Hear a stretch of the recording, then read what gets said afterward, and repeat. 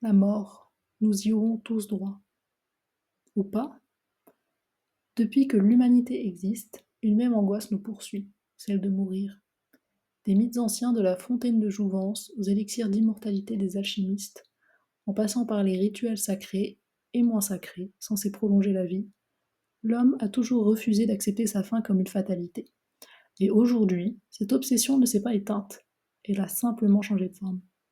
Cryogénisation, transfert de conscience, biotechnologie, intelligence artificielle, la course contre la montre est plus vivante que jamais. Mais jusqu'où sommes-nous prêts à aller pour échapper à l'inévitable? Bon, ça paraît fou, mais il y a certaines techniques visant à prolonger la vie qui se font déjà, et d'autres qui ont pour ambition rien de moins que l'immortalité, soit en cours d'étude, soit dont l'existence future reste théorique et repose sur le développement de plusieurs secteurs créés par l'homme dans le futur. Bienvenue sur Factually Yours, la chaîne qui illumine l'inconnu. Alors, et si tu te faisais congeler et réveiller dans quelques décennies quand les technologies futures seront capables de t'offrir une vie prolongée, ou même l'immortalité? Attends, je t'explique comment ça marche d'abord, ensuite tu pourras me donner ta réponse dans les commentaires. Dans cette première partie, je vais te parler de la cryogénisation, aussi appelée cryonie ou cryopréservation. C'est quoi? Alors déjà, on oublie le scénario de Futurama où Fry est congelé vivant avec sa bière en quelques secondes. La cryopréservation ne peut avoir lieu qu'après le décès de la personne, légalement. Mais il faut intervenir le plus rapidement possible pour que le cerveau ne soit pas privé d'oxygène pendant trop longtemps. Et oui, même si la personne est déjà décédée, il faut préserver le cerveau pour que l'identité de la personne soit sauvegardée. Ça ne servirait à rien de se donner tous mal si au final on réveille un légume, n'est-ce pas? On refroidit le corps le plus rapidement possible avec de la glace, en le ventilant justement pour maintenir une source d'oxygène vers le cerveau. Puis on remplace le sang par un cryoprotecteur pour éviter de se retrouver comme la bouteille d'eau en verre qui explose au congélateur. Et on transporte le corps, qui est maintenant à 10 degrés, vers Alcor par exemple, l'un des principaux établissements mondiaux de cryopréservation qui se situe aux États-Unis, en Arizona. Allez, on continue. Après ça, qu'est-ce qu'on fait de toi? Il faut maintenant te congeler et te mettre dans une cuve pour te maintenir congelé. Encore une fois, contrairement à Futurama, c'est pas rapide. Le refroidissement est assez lent, ça prend plusieurs heures. Si on le fait trop rapidement, on endommage tes cellules.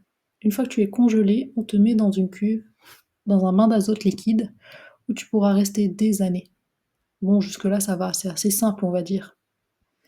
Mais bon, est-ce que tu imagines que tu es seul dans cette cuve?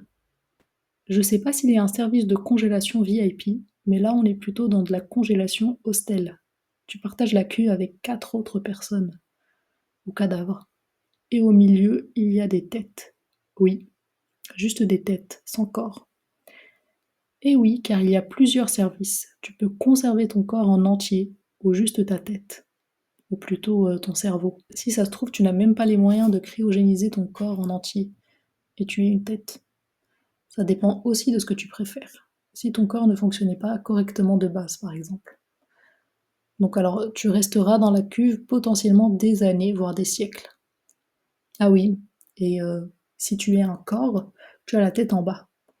S'il y a un souci, la gravité fait que la décongélation s'effectue à partir du haut. Donc cette configuration fait qu'on protège ta tête, là où hypothétiquement ta conscience se situe, dans ton cerveau.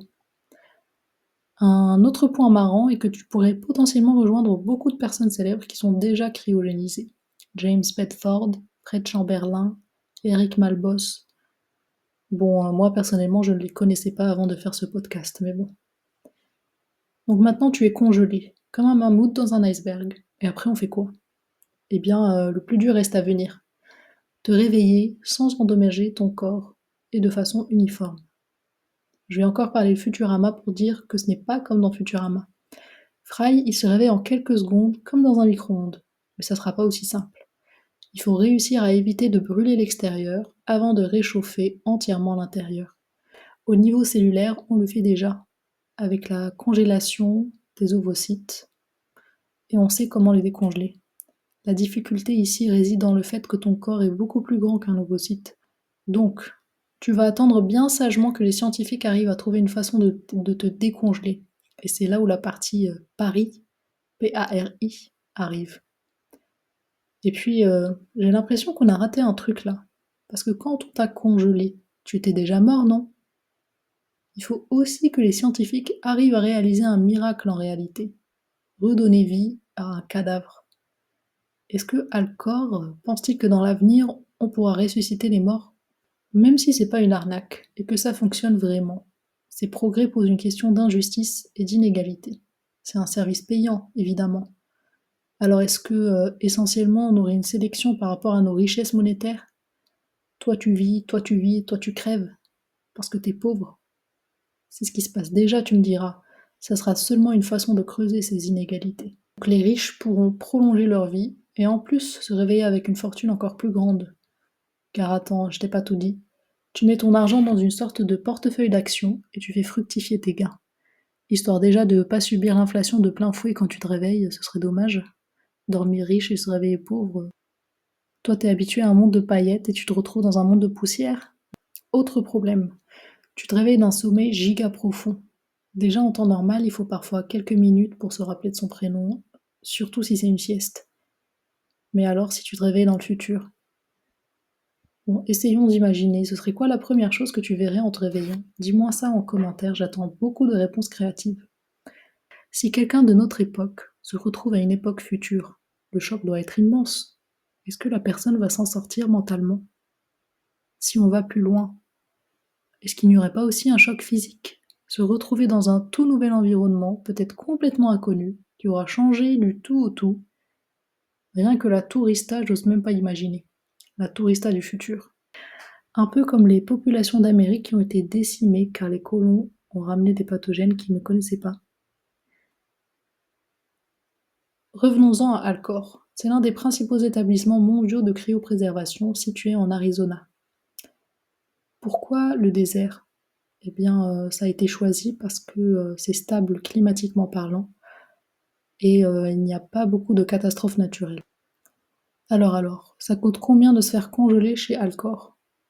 Si tu veux congeler ton corps entier, il faut compter environ 220 000 $. Si c'est juste le cerveau, 80 000 $.